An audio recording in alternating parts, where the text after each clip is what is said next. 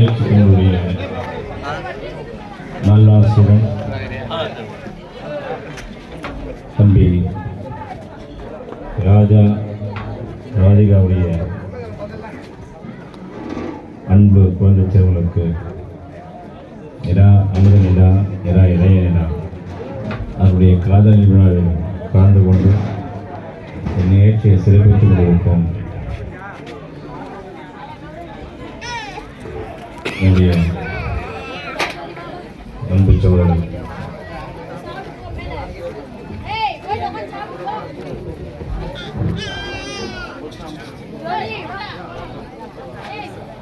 நம்முடைய மண்டல செயலர் செல்லும் அவர்கள் நிகழ்ச்சி முன்னிலை வைத்துக் கொண்டிருக்கும்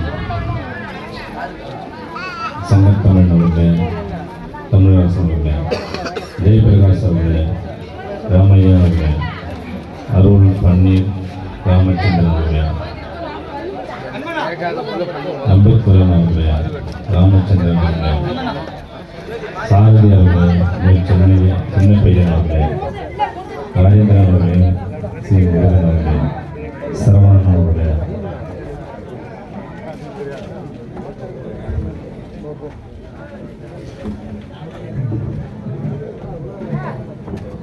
தம்பி அருண் அவர்களே, எமது தலைவரின் உயிரின் உயிரான விடுதலை சிறுத்தைகளே, உங்கள் அனைவருக்கும் மதிய வணக்கம். நான் இப்போ அந்த நிகழ்ச்சி கொண்டிருக்கும் பொழுது காலையிலிருந்து தொடர்ந்து நிகழ்ச்சிங்க இப்போ கொஞ்சம் பேடிக்கலாம். இந்த நிகழ்ச்சி கொண்டிருக்கும் பொழுது அந்த பூருக்கு முன்னாடி நின்று தலைவரிடம் பேசும்பொழுது இப்போ நேற்று மதியத்திலிருந்து நம்முடைய தலைவருக்கு உடல்நிலை சரியில்லை. நேற்று மதியத்திலிருந்து இப்போ வீட்டில் இல்லை, ஒரு தனியார் விடுதியில் இப்போ ஓய்வு எடுத்துருக்காரு. அப்போ இது மாதிரி பூனூருக்கு போகிறேன், தம்பி ராஜாவுடைய குழந்தைங்களுக்கு கதநிலைக்கு போகிறேன்னு சொன்னேன். அப்போ தம்பி இந்த கிராமத்தை பற்றி தலைவர் சொல்கிறார், போரூரை பற்றி ராஜாவை பற்றி தலைவர் சொல்கிறார். தம்பி என் கட்சியுடைய எந்த நிகழ்ச்சி இருந்தாலும் தலைமை ஆணையற்ற ஒவ்வொரு நிகழ்ச்சியும் கலந்து கொண்டு கட்சியை நடத்தக்கூடிய தம்பி, தலைமையை ஏற்றுக்கொண்டு இந்த கட்சிக்காக தொடர்ந்து பயணிக்கிற தம்பிக்கு குழந்தை செல்வங்களுடைய குழந்தைகள் கல்வி செல்வங்கள் உள்ளிட்ட அனைத்து செல்வங்களும் பெற்று வாழ்வாக வாழ வேண்டும் என்று நம்முடைய குடும்பத் தலைவர் சார்பாக குழந்தைகளை வாழ்த்துகிறேன். அதே மத்தியில் கடந்த ஆகஸ்ட் 17ஆம் தேதி நம்முடைய தலைவருடைய 63வது பிறந்த நாள். உங்கள் அனைவரும் தமிழ்நாடே தெரியும். நம்முடைய சித்தனை அவர்கள் பேராளர்கள் தவறிவிட்டார்கள். அந்த சூழ்நிலையில் தான் அப்படி ஒரு நம்முடைய சித்தனை வயது மூப்பு காரணமாக அவர் ஏற்பை தருகிறார்கள். அந்த சூழ்நிலையும் தலைவர் வழங்கிட்டார்கள். இந்த ஆண்டு பிறந்தநாளை ஒவ்வொரு ஆண்டு பிறந்தநாளையும் ஒரு கருப்பொருளை மையமாக வைத்து விடுதலை சிறுத்தைகள் தன்னுடைய பிறந்தநாளை கொண்டாடக்கூடியவர்கள். இந்த ஆண்டு மதச்சார்பின்மையை மையப்படுத்தி கருப்பொருளாக்கி தன்னுடைய பிறந்தநாளை தமிழ்நாடு முழுவதும் கொண்டாட வேண்டும் என்று தலைவர் ஆணையிட்டார்கள். மதச்சார்பின்மை என்பது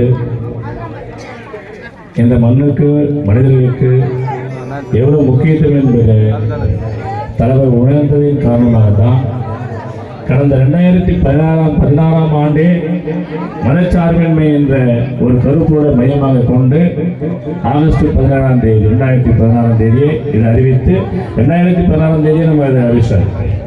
இரண்டாவது முறையாக 2025ஆம் ஆண்டு மதச்சார்பின்மையை கருப்பொருளாக வைத்து இது ஒரு பரப்புரையாகவே அவருடைய பிறந்தநாள் கொண்டாட வேண்டும் என்று சொல்லியிருக்கார். நம்ம எல்லா மனிதர்களால் தலைமை செய்த மகத்தான தலைவர் புரட்சியாளர் அம்பேத்கர் அவர்கள் எழுதிய அரசியலமைப்பு சட்டத்தை நீர்த்து போக வைக்க வேண்டும் என்பதுதான் சனாதன சக்தியினுடைய மிகப்பெரிய ஒரு அஜெண்டா. அதுக்கு ஒரே ஒரு சான்று என்னன்னு சொன்னால், சனாதன சக்திகள் அவருடைய கொள்கை தலைவராக சவர்கரை அவர்கள் கொண்டாடுகிறார்கள். சவர்கரை மதச்சார்பின்மையை கடைபிடித்திருக்கிறார். நம்முடைய புரட்சியாளர் அம்பேத்கர் அரசியலமைப்பு சட்டத்தை வடிவமைத்துக் கொண்டிருக்கும் பொழுது சவர்கர் 1944ஆம் ஆண்டு இந்திய சுதந்திர அரசியலமைப்பு சட்டம் என்று ஒரு சட்டத்தை வடிவமைத்திருக்கார். இதில் உங்களுக்கு எத்தனை பேருக்கு தெரியும்? அம்பேத்கர் அரசியலமைப்பு சட்டத்தை வடிவமைப்பதற்கு முன்பே அவருடைய அஜெண்டா என்னன்னு கேட்டீங்கன்னாக்கா, 1941 இந்து மகாசபையும் முஸ்லிம் லீக் கட்சியும் ரெண்டுமே சேர்ந்து பங்களாதேஷில் கூட்டணி அமைச்சிருக்காங்க. அந்த கூட்டணியில் வெற்றி பெற்றிருக்காங்க. வெற்றி பெற்று 1944ஆம் ஆண்டு அங்கே ஆட்சி அமைச்சிருக்காங்க. அப்பொழுது அவங்களுடைய எழுச்சி அதிகமாக இருக்க வேண்டும் என்ற ஒரே காரணத்துக்காக, அதாவது சனாதனம் என்பது எப்படியெல்லாம் வளையம் என்பது நம்ம அனைவருக்கும் தெரியும். அது எந்த வகையிலும் வளையாது சனாதனம் என்பது. அதன் அடிப்படையில் தான் முஸ்லீம் லீக் கூட கூட்டணி வச்ச ஒரு கட்சி எதுன்னு கேட்டால் இந்து மகாண சபை, இப்ப இருக்கக்கூடிய RSS. அப்படியே தொடர்ந்து இந்துக்களுக்கு நாங்கள் ஆதரவாக இருக்கிறோம், இந்துக்களுக்கு நாங்கள் குரல் கொடுக்கிறோம், இந்துக்களுக்கான கட்சி பாரதிய ஜனதா என்று சொல்லிக்கொண்டு தொடர்ந்து முஸ்லிம்களுக்கு சிறுபான்மையினருக்கு வெறுப்பு அரசியலை விதைத்து கொண்டிருக்கிறது இந்த RSS பாரதிய ஜனதா அரசு. இந்த அரசை எதிர்த்து அதனுடைய குறைவரையை பிரித்து கேள்வி கேட்கக்கூடிய ஒரே தலைவர் நம்முடைய எழுச்சி தலைவர் மட்டும்தான், வேறு யாரும் கிடையாது. இது வரைக்கும் எந்தவித ஒரு கடுகளவு கூட சமரசம் இல்லாத ஒரு தலைவர் யார் என்று சொன்னால் அதனுடைய நம்முடைய எழுச்சி தலைவர் மட்டும்தான். இது வரைக்கும் உங்களுக்கு தெரியும். உங்களுக்கு அதாவது ஒரு காலகட்டத்தில், அதாவது 16க்கு முன்பு, 2016க்கு முன்பு விசிகா யார் கூட கூட்டணி அமைச்சதுனாக்கா இந்திய திமுக கூட அமைச்சா திமுக இருக்க அந்த சாதியை சொல்லுவாங்க. யாருக்கு? கலைஞர் சொல்லியிருக்காங்க, நம்முடைய மாநில முதலமைச்சர் சொல்லியிருக்காங்க. அது விசிகாவை சேர்த்துக்கிட்டா மீது நமக்கு சாதி ஓட்டு நமக்கு வராது என்று சொல்லியிருக்காங்க. அதனாலே நம்ம பல நேரங்களில் நம்ம ஒதுக்கப்பட்டிருக்கோம், புறக்கணிக்கப்பட்டிருக்கோம். அதே போல் அனைத்து இந்திய அண்ணா திராவிட மாவட்ட கழகமும் அந்த அம்மா ஊழலுக்கு போய் சேர்தான் நம்ம இந்த விசிகாவை சேர்த்துக்கிட்டா நமக்கு வேற சாதிகள் ஓட்டு வரான்னு சொல்லுவாங்க. ஆனால் இன்று நிலைமை என்ன? அதாவது புது கட்சி ஆரம்பிக்கிறவனும் ஆட்சியிலும் பங்கு, அதிகாரத்திலும் பங்குன்னு சொல்றான். என்ன காரணம்? இன்னைக்கு எழுச்சி தமரை புறந்தள்ளி விட்டு தமிழ்நாடு அரசியல் ஒரு அங்கலம் கூட நகராது என்பது தான் காரணம். ஒரே ஒரு அங்கல் நகராது. 2016 இப்ப என்ன நம்ம நிலைமை? இன்னைக்கு நீங்க சோசியல் மீடியா ஆகட்டும், பிரிண்ட் மீடியா ஆகட்டும், தொலைக்காட்சி ஆகட்டும், நீங்க அந்த எதை பேப்பரை திறந்தாலே தலைப்பு செய்தி எழுச்சி தமிழரும் விடுதலை சிறுத்தையும் தான் தலைப்பு செய்தி. இன்னைக்கு சிறப்பு கம்பளம் வைக்கிறாங்க நமக்கு, வாங்க வாங்க வாங்க வாங்க. எங்களுக்கு எங்க தலைவருக்கு தெரியாதா?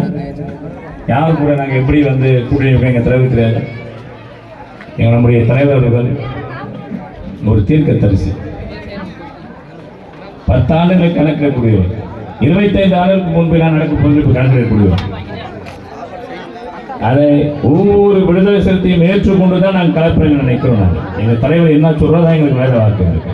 அது எந்த விதமான சமரசமும் கிடையாது, எங்களுக்கு எந்த விதமான கருத்துக்கள் கூட கிடையாது. தலைவர் சொல்லிட்டு நாங்கள் எல்லாம் போய் கலந்துக்கு போயிடுவோம். நாங்கள் அவர் ஒரு எண்டு தான் கொடுக்கணும் எங்களுக்கு, நாங்கள் போயிடுவோம். நாங்கள் அது இப்போ பார்த்தீங்கன்னாக்கா உங்களை எல்லாரும் தெரியும், நாடு முழுக்க பிசிக்கு எங்கே இருக்கு, திராவிட முன்னேற்ற கழகத்துடைய கூட்டணியில் இருக்கு. ஆனால் நாடு முழுக்க என்ன செஞ்சப்போ ஆணவ கொலைக்கு எதிராக சிறப்பு சட்டம் ஏற்ற வேண்டும் சொன்னோம். யாருக்காவது இந்த தில் இருக்கா? எந்த தலைவருக்காக தில் இருக்கா? அதே மாதிரி இன்னொன்று குடிநீக்கவான்னு கூப்பிடுறாங்க. ஆனால் இதே நாங்கள் ஒரு தலைவர் வந்து சாதி வெறியோடு மத வெறியோடு எங்களுக்கு ஒட்டவும் கிடையாது உறவும் கிடையாதுன்னு சொன்ன ஒரே தலைவர் யாரு? நம்ம ஏற்றுதான் கூட தான். ஏன் பிஜேபி கூட பாமக கூட எங்களுக்கு எப்பயும் உறவு கிடையாது, எந்த காலத்திலும் உறவு கிடையாது, உறவு வச்சுக்க மாட்டோம். எதுக்காக? ஏன் பாமக